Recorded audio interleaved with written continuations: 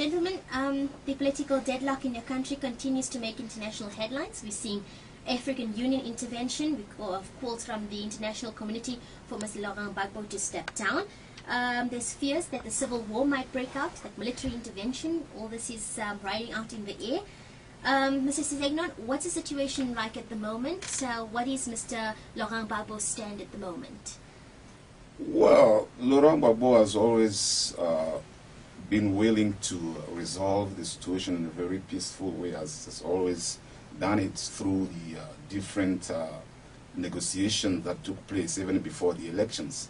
So as far as the resolution of the conflict is concerned, I think he has spoken to Mr. Odinga on how, on his side, how the situation could be resolved.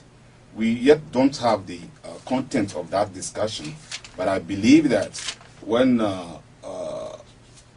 Odinga left him, he said that he had already agreed on certain points with President Gbagbo, and that he was going to listen to Mr. Outtara on where he stands and how he thinks that the crisis would be resolved. But after saying that, you see, I'm sitting here with my brother Kone, and I'm not really happy about that.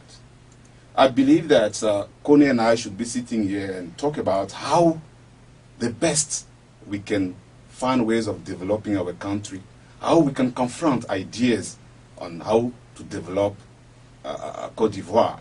Because as we sit here and we're quarreling, we're giving the impression, and we're really obeying the wishes of France and the colonial powers on how they want us to fight, how they want us to tear apart our country so that they can have easy access to our resources. And this is really what is hurting us, we people from Laurent Gbagbo's side.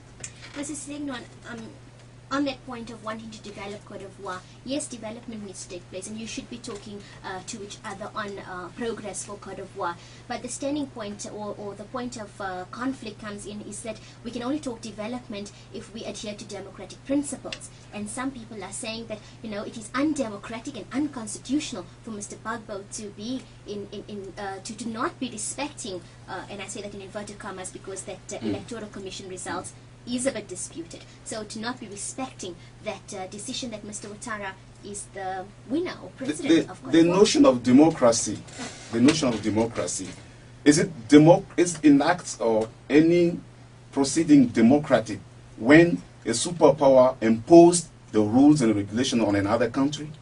Is it democratic when Ivorians say this is the person that we want us to be our ruler, and if a colonial power such as France says, no, that's not the one that we want. The one that we want is this one.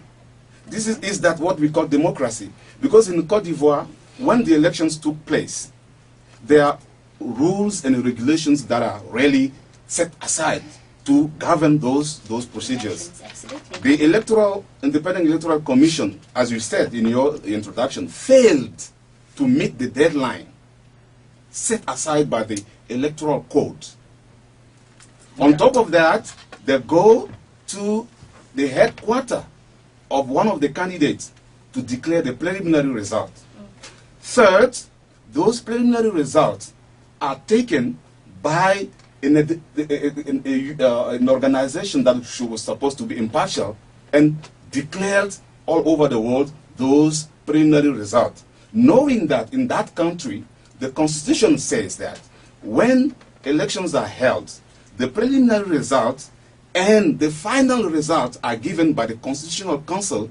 Only then we consider those results as final, and then they can be validated. Mr. Kone, Sakaria? Thank you very much,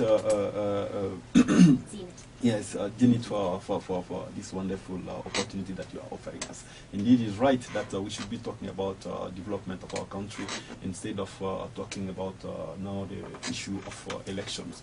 It's quite sad what is happening in Cote d'Ivoire. We thought we were very excited that the elections would pave the way for development. I'm sure that he shared the view with me.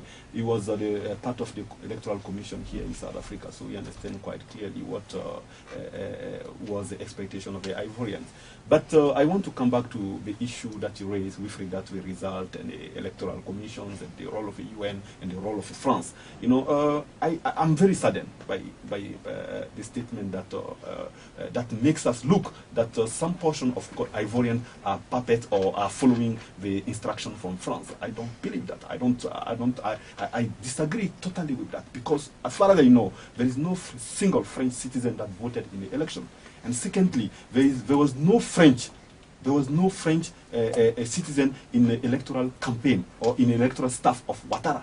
Only Mr. Gbagbo has Jean de Lang, who was a former minister of France, who was even part of who came to support him. And on top of that, there have been several opinion polls organized by Gbagbo. All those opinion polls were held in France. So that tells you that there is somewhere here a duplicity here. When it suits you, it's okay. When it doesn't suit you, it's not okay. Now, having said that, I want to come back to the issue of electoral commissions. The electoral code says that the electoral commissions declare the result within 3 days, but it doesn't say past those 3 days the Constitutional Council can authorize itself. Because what happened, the electoral commissions declare the preliminary result and then forward the preliminary result to the Constitutional Court, which declare the final result. That is one thing. The second thing is the issue of the date within which, you know, they say 3 days. But the first round, I remember very well, in the first round, the result could not be proclaimed in 3 days. It was the 4th day, early in the morning. I remember I was sitting in front of my TV up to midnight. The results were not coming. I went to bed. So that was done. And then, after, let me finish, because he was given also a bit of time. An opportunity. So we also, how the Electoral Commission was prevented from declaring the result. And secondly, when we talk about constitutions, we must also abide to what the rules and the regulation of the constitution says. Because the chairperson of the Constitutional Council his decision was illegal in the sense that after nullifying 7 regions, it declared Gbagbo winner. But what does what you call the constitution, the Electoral Commission, the Electoral Code says?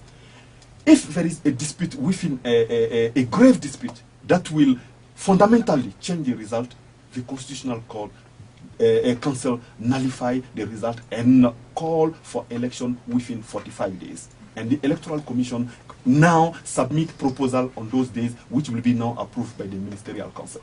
So this is the situation. So the issue of gripping to the Constitutional Court, I think, the Constitutional Council rather is a dangerous precedent that we are trying to set, that you can use the Constitutional Council to really manipulate.